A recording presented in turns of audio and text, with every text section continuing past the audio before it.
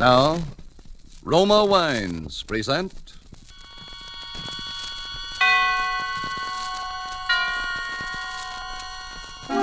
Suspense. Tonight, The Fountain Plays, starring Charles Lawton.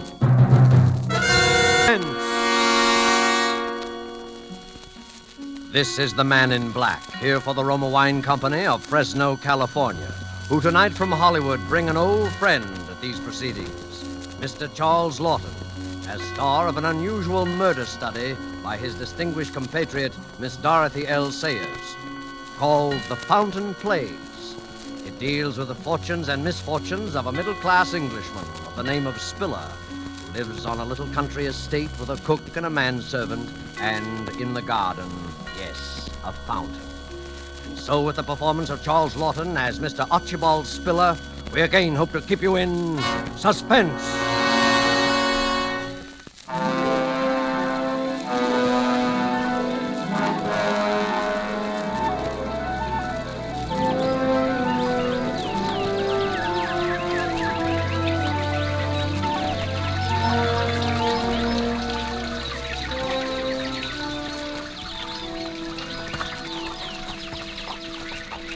Now then, Mr. Spiller, what about it? Oh, I say, look out there, Sam. Look out for what? Still as blind as a bat, aren't you, Sam? You really ought to wear glasses, you know. Don't you try and put me off. I was only trying to keep you from getting your clothes wet, Sam.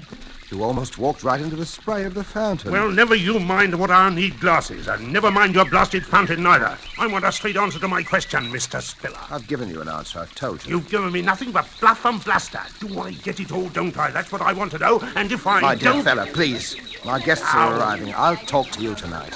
You better talk straight. It'll be your last chance, my lad. Hello. Hello there, everybody.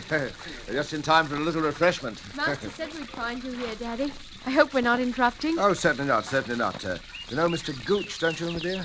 Yes, of course. And this is my neighbour, Mrs. Digby, Mr. Gooch. How do you do, Mr. Goose? And Ronald Proudfoot, my daughter's fiancé. How do you do, sir? How do you?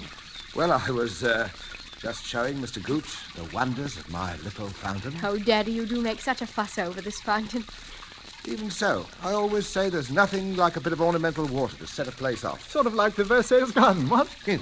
Oh, it's really lovely, Mr. Spiller, and so secluded, with the rhododendrons and the lilac hedge all around. You like that, eh?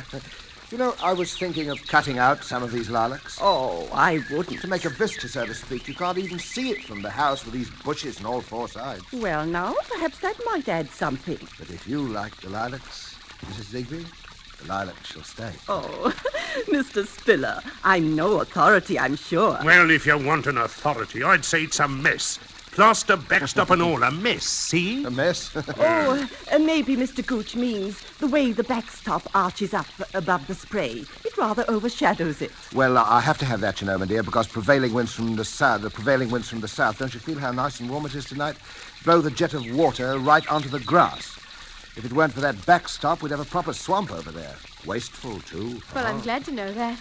You always were a fool, Archie. Squandering money on a fountain. No, indeed. It uses the same water over and over again. Like the one in Trafalgar Square. Most ingenious, really. Why, isn't that a wonderful idea? Of course, I have to be careful, of course, even so, to turn it off every night to save leakage and waste and so on. Oh, Mr. Spiller, sir. Dinner is served. oh thank you, Masters.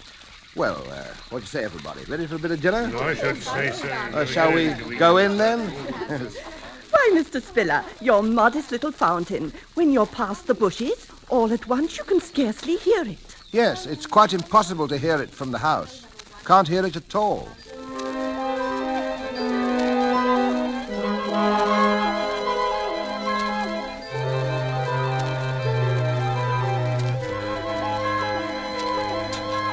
And what I says is, you see, you're not Will that be Napoleon all either. then, sir? Yes, thank you, Masters. An excellent dinner. My compliments to the cook. Yes, sir. And coffee in the drawing room, Masters. Very good, sir.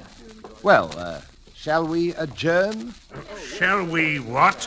Oh, go into the drawing room, you know. Quite a torf, ain't you, Marchie? Big change from the old days, adjourned to the drawing room. What would you think, Mr. Spiller, about a rubber or two of bridge? It's an excellent suggestion, Mrs. Digby. Excellent. Good thing I don't play, ain't it, Archie? See, I'm counted out before the start. Oh, Mr. Gooch, I'm so sorry. Do take my place. I'm really very tired. No, thanks.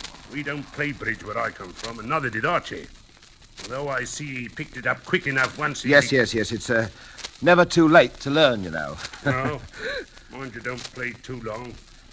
But I want to talk to you before this night's over, my lad. Yes, of course, Sam. Yes. I'll be waiting for you up at your precious fountain, absorbing the beauties of your precious moonlight. And I don't want to wait too long, see? Right you are, old boy. Yeah. Where's the fellow masters? Was there something you wished, sir? Yes. Give me a handful of those Coronas. Only the best for your old pals, eh, Archie? Yes. Of course. Yes, of course. See you later, folks. Maybe. Well, Mrs. Digby, shall it be you and me against the youngsters? Daddy, Yes, dear. will you tell me why you put up with that man? Gooch? Oh, no. He's not a bad sort, really. He is a bad sort. He's a rude, unpleasant, terrible man. Well, he's an old friend, you know. Not much a chap can do. Oh, Daddy, you're so soft-hearted. But if you can't do anything, I can. No, please, dear. He'll be gone in a day or two. In high time. What does he mean talking to you that way in your own home? Shall we cut the deal? Yes. Shall I? Well, I don't care. You shan't put me off. This is the last time that man's going to come into this house.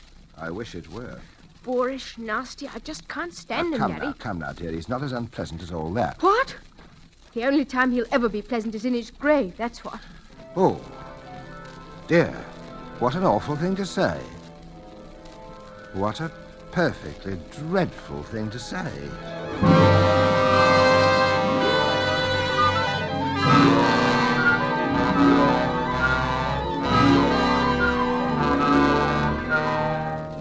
Tonight for Suspense, Roma Wines are bringing you as star Mr. Charles Lawton, whom you have heard in the first act of The Fountain Plays, tonight's tale of Suspense.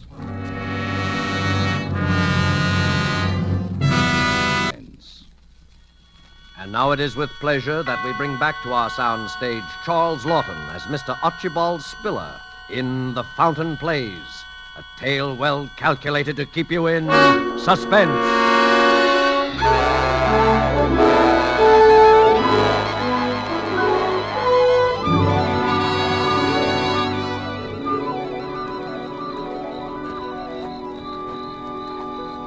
Of course, we have a very pleasant garden, Mrs. Digby, and I don't know anything that's given me such enjoyment as that fountain. Do you know that it uses the same water over and over again? Yes? It shows you, doesn't it, Mrs. Digby? The simpler pleasures are best. Oh, that's so true. Oh, well, here we are. It's been such a lovely evening, Mr. Spiller. Ah, yes. And it was so nice of you to walk me home. Oh, it's my pleasure, I assure you, Mrs. Digby. You know, I've been thinking... I'm very lucky to have found a neighbor like you at my time of life. I mean... Maybe it's not luck at all. It's fate, you mean? Mrs. Digby, may I call you Rosalind? Oh, of course. And you call me Archibald? Silly name, only one I've got, though. Why, I think it's a very nice name. Do you?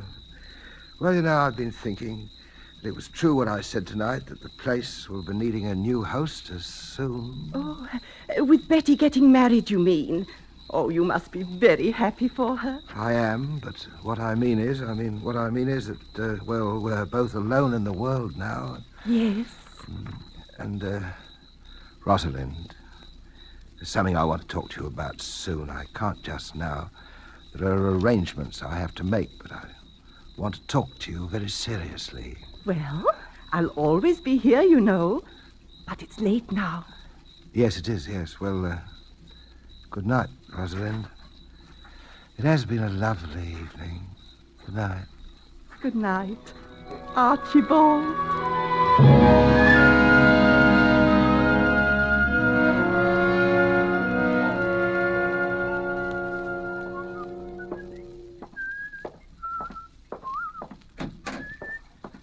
Ah, Masters.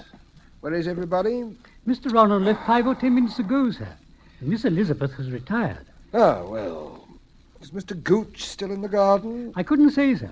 Shall I go and see? No, never mind. You can cut along to bed now. I'll lock up. Very good, sir. Oh, by the way, is the fountain turned off? Yes, sir.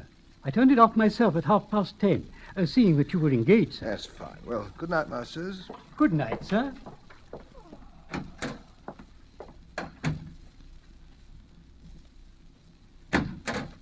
Oh, confound it. Oh, hello there. I was just coming out to look for you. Hello. Have a nice evening? Nice evening. Not as nice an evening as you had with your obliging little widow, That's eh? enough of that now, Sam. Oh, it is it? That's enough, is it? That's a good one. Who do you think I am, talking to me like that? One of your ruddy servants? Well, I'm not. I'm the boss here. Get that in your head. I'm the boss, and you know it. All right, Sam, but let's buzz off to bed now. We'll talk it all over in the morning. No. We're talking about it right now, Mr. Spiller. I'm short of cash. It's high time you kicked in with some more. Look here, Sam. I pay you your allowance as we agreed, and you stay here whenever you like, but that is all. Oh, it is it? Getting pretty high and mighty, aren't you, number 41632? Sam, quiet, for heaven's sake. You're in a fine spot to tell me what you're going to do, aren't you? Quiet. The servant's mightier. Quiet, Betty mightier. Oh, Mr. Ronald Flapdoodle, whatever his name is. Really, Sam, you're quite impossible this evening. Impossible, eh? Impossible. But I'm not an escaped jailbird, am I? I'm not liable to be hauled back to work out 10 years hard labor for forgery, am I? Quiet. Look here, Sam. I'll give you a little extra. This once. And when I think a man like me was only in for a short stretch anyway and worked it out all good and proper, depended on the charity, mind you, of a pal was rolling in wealth. I am not rolling in wealth, and you know it.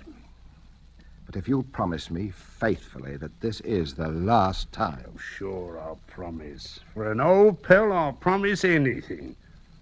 And just give me 5,000 down. 5,000? That's right. We've got a great opportunity. All I need is a little ready cash. Now, don't you be an idiot, Sam. Where do you think I'm going to lay my hands on that much, just like that? Now, look, I'll give you a check for 500. Ah, trying to renege on an old pal, eh? I said 5,000 and 5,000 it is, or you'll find yourself back on the rock pile. I tell you, I haven't got it. Haven't got it.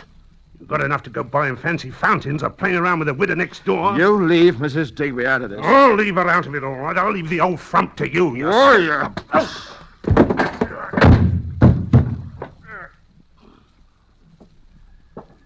Sorry I had to do that. I told you that was enough of that, and I meant it. Now pull yourself together and go to bed. I'll talk to you in the morning. Do you hear me? Sam? Sam? Ah, come on. I didn't hit you that hard. Get up on your feet now. Sam? Sam? Oh, I've killed him. What was that? Oh, it's just the old clock. Hey? 11 o'clock. 7 hours. 8 hours, perhaps, until they find him. Of course, he hit his head when he fell, but the police won't care about that, and they'll take fingerprints, and they'll find out I was number 41632. No. What you need is an alibi. If I could confuse him. An alibi. An alibi, that's it. Make it seem he was alive when he was already dead. First you have to fix the time, haven't you? The time. Well, you've got to make it earlier. Say 10:30 while everybody was playing bridge. If he could have died sometime before that, but how do I prove it? What happened at 10:30? What happened at 10:30? What happened at 10:30? Oh, yes. The fountain. Masters and the fountain. That's right, the fountain, yeah. The fountain. Now I know what to do.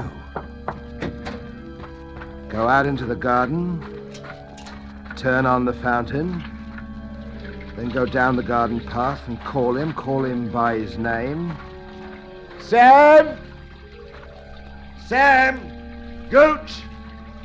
Gooch! I think that'll do for that. I'll go back to the house. Say I looked for him and I didn't find him, that it was dark, the moon had gone down. Yes, but now, how do I move him? How do I... That's right, the wheelchair. The wheelchair. It used to be Mrs. Spiller's. I remember how she... It's not time to think of her now. Better try and lift him into it. Would ever have thought that old Sam was as heavy as this? Now, out of the other door, but quietly this time. Wish the wheelchair wouldn't make so much noise. Down the back path. A careful boy, hold on to yourself. Feel like running. Feel as though every window in the house were filled with faces watching. Well, here we are. I've got to lift him up again. Yeah. Lay him down on the edge of the fountain. Put one hand in the water. Put the bruise on his head, right up against the stone corner of the basin, a bit to the right. That's better. He was half blind anyway, and he fell. And now it's done. What's that? He's alive. Gooch is alive. After all that trouble, after committing practically the perfect crime, and he's alive.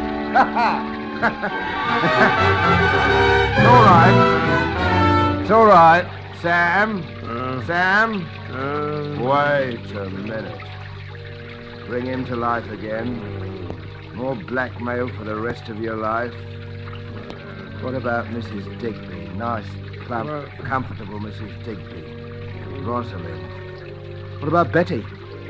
She at least deserves something. No, it's better than murder. All right, murder it's going to be. He's dead already as far as the rest of the world is concerned. Now, come here. Now or never. His face is right by the water's edge. Push him under. Now.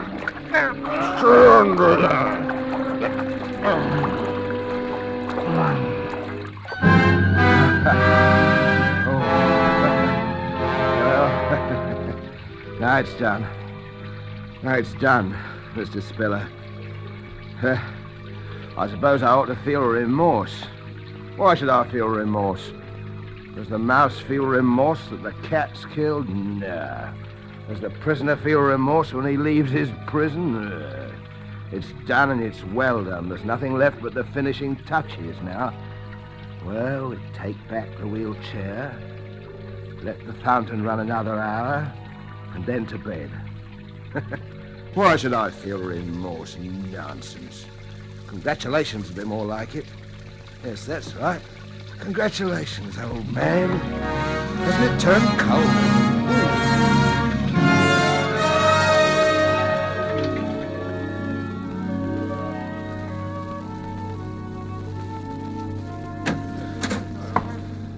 Inspector Frampton, sir. Oh, yes, come in, Inspector. Come in. I hate to trouble you, Mr. Spiller, but regulations, you know. Oh, of course, yes. Everyone here who was present the night of, last night. Yes, Inspector, there's Mrs. Digby. She's my neighbour, my daughter Elizabeth, and her fiancé, Mr. Ronald Proudfoot, and the servants, of course. Excellent. Well, now, if you'll all bear with me, I have to ask you a few questions, you know. Now, there was a blow on the head. Oh? As I understand it, the deceased was last seen alive at about 8:30, just after dinner. Let me see, you were the last to see him, eh, my man? Yes, sir. I believe so, sir. You showed him the way to the fountain in the garden, eh? At his request, yes, sir. I believe the deceased gentleman's eyesight was rather bad. Yes, terribly bad, terribly bad. And that was the last time he was seen alive by any of you, eh? Yes, that's right, Inspector. The four of you then played cards, I believe. Until what time? Until about 10:30. And no one left the room during those 2 hours? Then, Mr. Spiller, you accompanied Mrs. Digby to her home. That's correct, Mrs. Digby? Yes, Inspector. Now, when you returned, you were met in the hall by Masters. What time was that, Masters? About 10:45, sir. And Mr. Spiller at that time inquired after Mr. Gooch? Yes, sir. He asked if I'd seen him. And as I'd not, he suggested I might retire, and that he himself would lock up the house. The others had left, eh? Yes, sir. That is to say, Mr. Ronald had left. I heard him drive off in his car, and Miss Elizabeth had retired. Then you were alone in the downstairs part of the house. Is that so, Mr. Spiller? Yes. Will you tell me, please, what you did then? Well, I'd promised the poor fellow I'd have a talk with him later in the evening, so I went to look for him. I went down to the end of the garden by the fountain. But you didn't go through the lilac hedge to the fountain? No, I didn't. It was dark by then. I couldn't see. I called Gooch several times. Did anyone hear Mr. Spiller call? I did, sir. I was half asleep, you might say, but I did hear Mr. Spiller call out. And then what did you do, Mr. Spiller? I came back into the house, Inspector, and I sat up in the library and read for a while, and about 1 o'clock I went to bed. Now, this is very important. Who turned off the fountain? I did, sir. At what time, Masters? At 10:30, sir. You're quite sure of that, eh? Yes, sir. It was the usual time. I see. And no one would have turned it on again, of course? I can't think why, sir. I see. Well, I think that makes everything very clear, Mr. Spiller. When the body was found, it was still wet from the spray of the fountain. Therefore, death must have occurred some time before the fountain was turned off at 10:30. Yes. And as all of you here were occupied up until then, from the time the deceased was last seen alive... Oh, of course, it is an accident. I said it was from the beginning. Well, it might have been either, you know. There had been a blow and there was water in the lungs, but the man apparently fell, missed his footing due to his poor eyesight and struck his head, falling into the water from which he was unable to rescue himself. Well, it does seem the obvious conclusion, doesn't it? My. Poor fellow, dear me. Well, thanks, everyone. I don't think we'd have to trouble you again, Mr. Spiller. I hope not. Thank you, Inspector.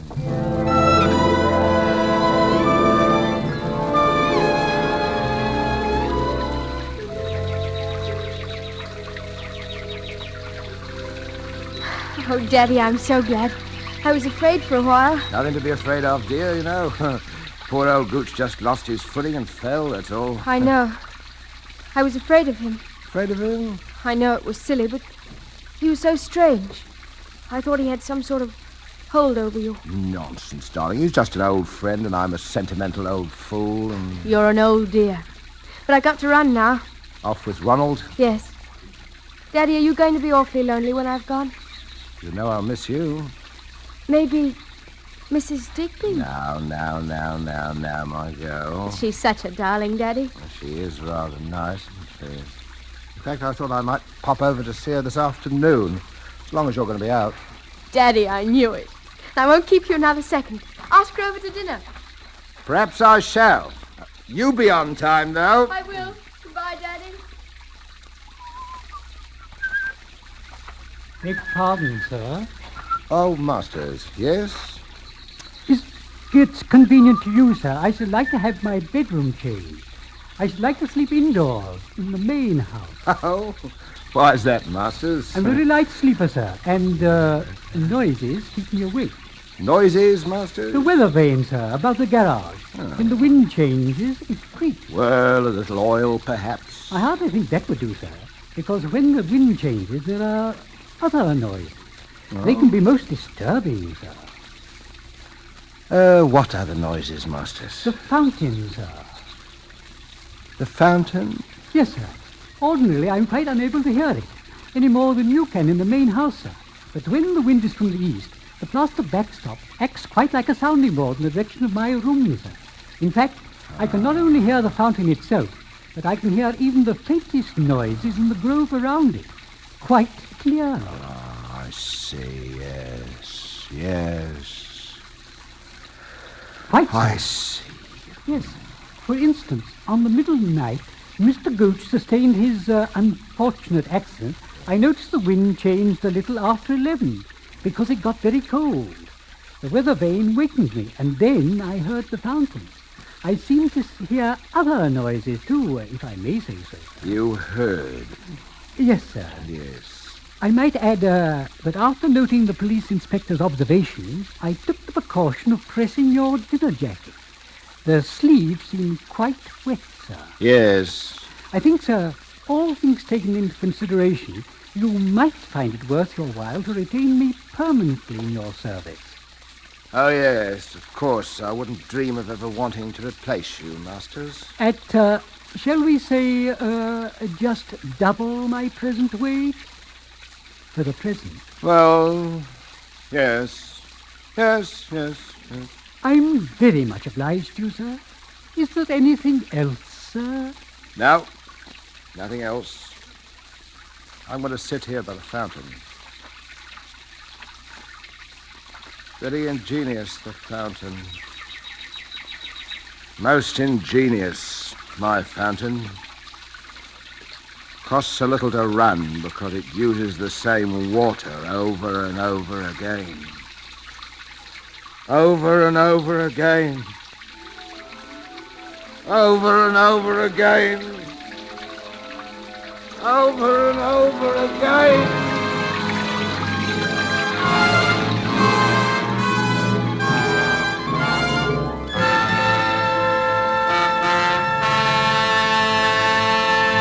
And so closes The Fountain Plays, starring Charles Lawton, tonight's study in Suspense. Suspense is produced and directed by William Spear.